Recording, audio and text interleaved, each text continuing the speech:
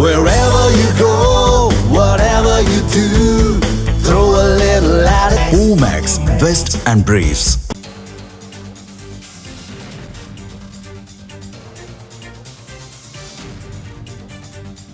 முக்கிய செய்தி: இஸ்ரேல் அமெரிக்க தாக்குதலில் ஈரான் உச்ச தலைவர் அயத்துல்லா அலி கமேனி கொல்லப்பட்டதை உறுதி செய்தது அந்நாட்டு அதிகாரப்பூர்வ அரசு ஊடகம்.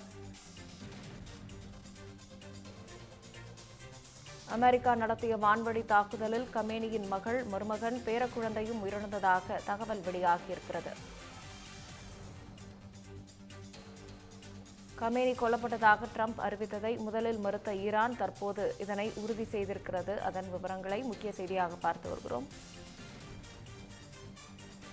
கமேனி கொல்லப்பட்டதாக ட்ரம்ப் அறிவித்ததை முதலில் மறுத்த ஈரான் தற்போது இந்த செய்தியை உறுதிப்படுத்தியிருக்கிறது. அமெரிக்க இஸ்ரேல் தாக்குதலில் கமேனி தியாகியாகிவிட்டார் என ஈரான் ஊடகம் செய்தி வெளியிட்டிருக்கிறது. இஸ்ரேல் அமெரிக்க தாக்குதலில் ஈரான் உச்ச தலைவர் அயத்துல்லா அலி கமேனி கொல்லப்பட்டதை அந்நாட்டு அதிகாரப்பூர்வ அரசு ஊடகம் உறுதி செய்திருக்கிறது. நேற்று ஈரான் மீது அமெரிக்கா மற்றும் இஸ்ரேல் கூட்டு தாக்குதல் நடத்திய நிலையில் ஈரானின் உச்ச தலைவர் அயத்துல்லா அலி கமேனி தற்போது இறந்திருக்கக்கூடிய செய்தியை அந்நாட்டு ஊடகம் உறுதி செய்திருக்கிறது. கமேனி கொல்லப்பட்டதாக ட்ரம்ப் அறிவித்ததை முதலில் மறுத்த ஈரான் தற்போது அதனை உறுதி செய்து அறிவிப்பு வெளியிட்டிருக்கிறது. அமெரிக்க இஸ்ரேல் தாக்குதலில் கமேனி தியாகி ஆகிவிட்டார் என ஈரான் ஊடகம் செய்தி வெளியிட்டிருக்கிறது.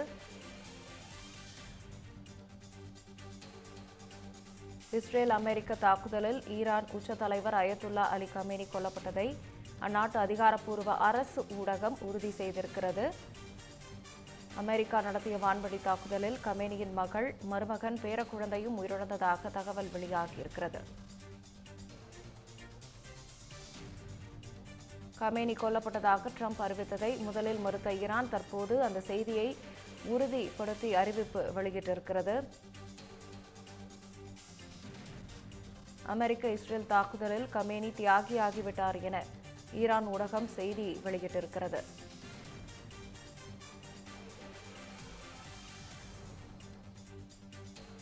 இஸ்ரேல் அமெரிக்க தாக்குதலில் ஈரான் உச்ச தலைவர் அயத்துல்லா அலி கமேனி கொல்லப்பட்டதை அந்நாட்டு அதிகாரப்பூர்வ அரசு ஊடகம் உறுதி செய்து செய்தி வெளியிட்டிருக்கிறது. அதில் leader of Islamic revolution Ayatollah Ali Khamenei martyred in US-Israeli attacks on Iran என்று செய்தி வெளியிட்டு அவர் புகைப்படத்தையும் இணைத்திருக்கிறது. கமேனி கொல்லப்பட்டதாக ட்ரம்ப் அறிவித்ததை முதலில் மறுத்த ஈரான் தற்போது அதனை உறுதி செய்து செய்தியும் வெளியிட்டிருக்கிறது.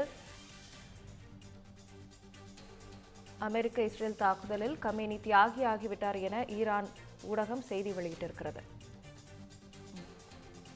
இது தொடர்பான கூடுதல் விவரங்களை செய்தியாளர் கவியரசன் வழங்க கேட்கலாம். கவியரசன், வணக்கம். அயத்துல்லா அலி கமேனி இறந்துவிட்டதாக முன்னரே ட்ரம்ப் அறிவித்த நிலையில் அதனை ஈரான் மறுத்து தற்போது அதனை உறுதிப்படுத்தி ஒரு அறிவிப்பையும் வெளியிட்டிருக்கிறது. என்ன நடந்தது இதற்கிடையில்? அவர் முன்னரே இறந்து விட்டாரா? எதற்காக இந்த மறுப்பு? பிறகு அதனை உறுதிப்படுத்தி இருக்கக்கூடிய இந்த செய்தி வெளியீடு எப்படி பார்க்கலாம்? வணக்கம் ராகப்பிரியா.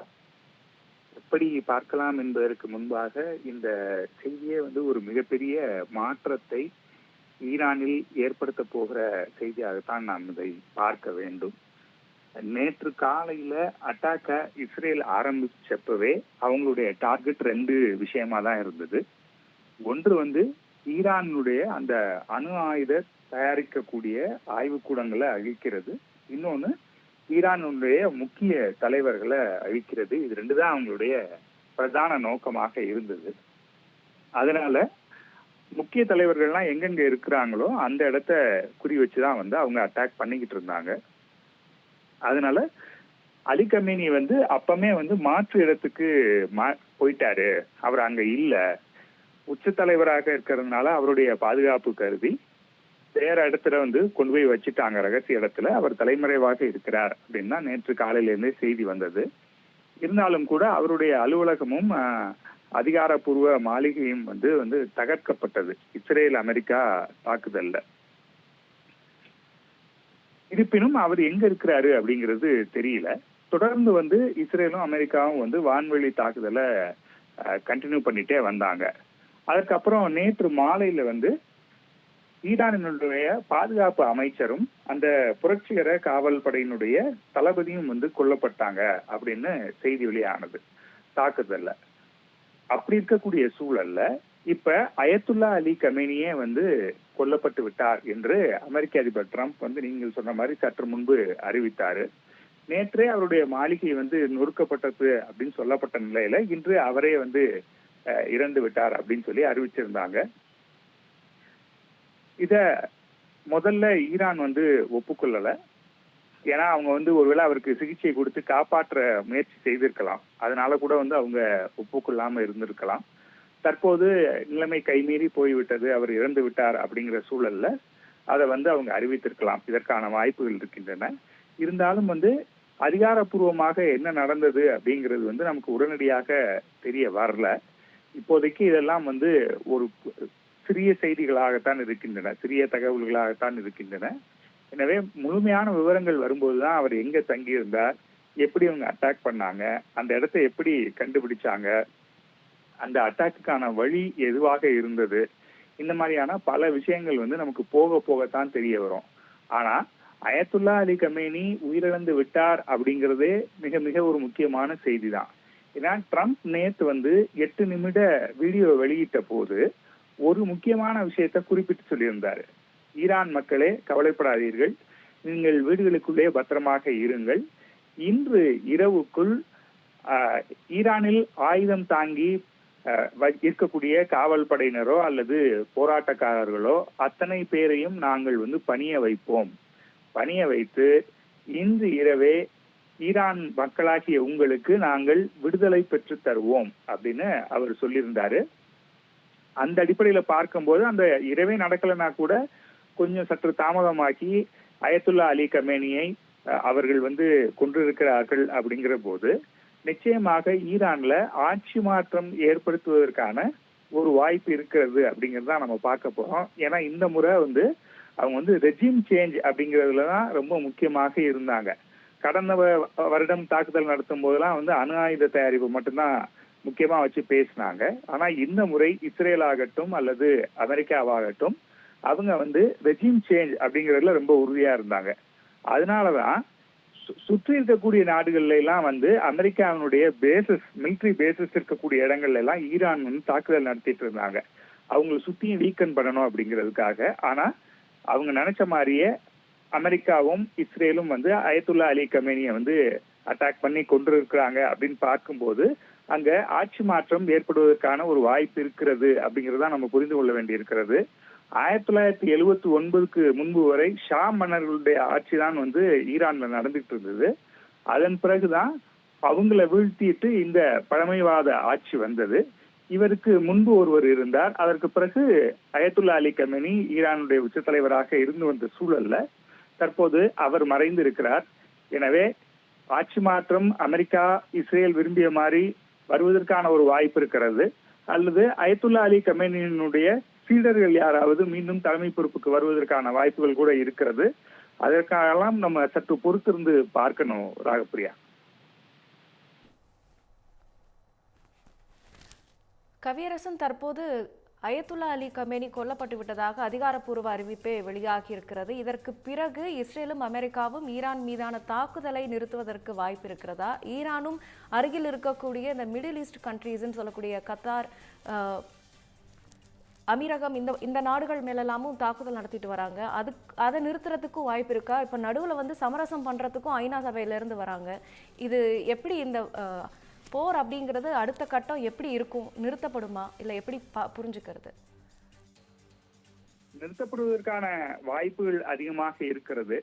ஒருவேளை நிறுத்தப்படாவிட்டால் கூட குறைவதற்கான வீரியம் குறைவதற்கான வாய்ப்புகள் அதிகமாக இருக்கிறது. நீங்களே குறிப்பிட்டீங்க, ஐநா வந்து இதுல வந்து மத்தியஸ்தம் பண்ணி ஒரு சுமூகமான நிலைமையை கொண்டு வர முயல்கிறார்கள் அப்படின்னு சொல்லிட்டு. இல்ல, இஸ்ரேலுக்கும் அமெரிக்காவுக்கும் முக்கிய பிரச்சனையாக இருந்தவரே அயத்துல்லா அலி கமேனி தான்.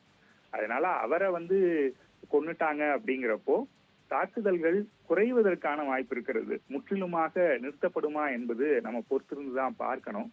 ஏன்னா அங்க என்ன நிலைமை, ஈரான்ல வந்து இருக்கக்கூடிய அடுத்தடுத்த அயத்துல்லா அலி கமேனிக்கு அடுத்து யார் வரப்போறா, அங்க இருக்கக்கூடிய இராணுவமோ அல்லது அங்க இருக்கக்கூடிய பாதுகாப்பு படையினரோ என்ன நினைக்கிறாங்க, அவங்களுடைய மிலிட்ரியில இருக்கக்கூடிய அந்த சப்போர்ட்ல எந்த அளவுக்கு இழப்பு ஏற்பட்டிருக்கிறது, ஆயுதங்கள்ல எந்த அளவு இழப்பு ஏற்பட்டிருக்கிறது அப்படிங்கிற விவரம்லாம் இது வரைக்கும் வரல.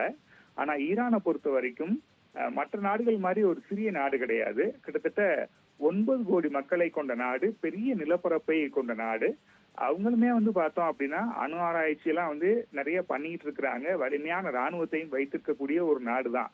அதனால சிறிய நாடுகளை போல டக்குன்னுலாம் நம்ம பண்ணிட முடியாது. இஸ்ரேல் கூட சின்ன நாடு தான். ஆனா அவங்களும் வலுவான இராணுவம் வைத்திருக்கிறாங்க, உளவுத்துறை வைத்திருக்கிறாங்க. ஈரானை பொறுத்தவரை சற்று பெரிய நாடு, அது நிலப்பரப்புலையும் சரி மக்கள் தொகையிலையும் சரி. அதனால அவ்வளோ ஈஸியா போய் ஒரு விஷயத்த பண்ணிட முடியாது. ஆனா உச்ச தலைவர் அயத்துல்லா அலி கமேனி இறந்து விட்டார் அப்படிங்கிறப்போ அடுத்ததாக நாட்டை வழிநடத்த போவது யார், ஆட்சிக்கு வரப்போவது யார் அப்படிங்கிறது முக்கியமான கேள்வி. அந்த நபர் என்ன மாதிரியான செயல்பாடுகளை எடுக்க போகிறார் அப்படிங்கிறத வச்சுதான் இந்த போர் தொடருமா அல்லது முடிவுக்கு வருமா அப்படிங்கிறது நமக்கு தெரியும். ஏன்னா அமெரிக்காவை பொறுத்த வரைக்கும் நீங்க அணு ஆயுத தயாரிப்பை நிறுத்தணும், அதற்கான ஒப்பந்தத்துல கையெழுத்து போடணும் அப்படிங்கறத அவங்க திரும்ப திரும்ப சொல்லிட்டு இருக்கிற விஷயம். ஆனா அயத்துல்லா அலி கமேனி இருந்த வரைக்கும் அதற்கு அவர் ஒப்புக்கொள்ளல. நாங்க தொடர்ந்து பண்ணிட்டு தான் இருப்போம். வல்லரசு நாடாக இருக்கிறதுனால மட்டும் நீங்க சொல்றதுனால நீங்க கொடுக்கிற அழுத்தத்துக்கு நாங்கள் அடிபணிய மாட்டோம் அப்படிங்கிறதுல அயத்துல்லா அலி கமேனி மிகவும் உறுதியாக இருந்தார். ஆனால் அடுத்து வரக்கூடிய தலைவர் அந்த ஒப்பந்தத்துல கையெழுத்து போட்டுட்டாரு அப்படின்னா நிச்சயமாக இது முடிவதற்கான வாய்ப்பு இருக்கிறது.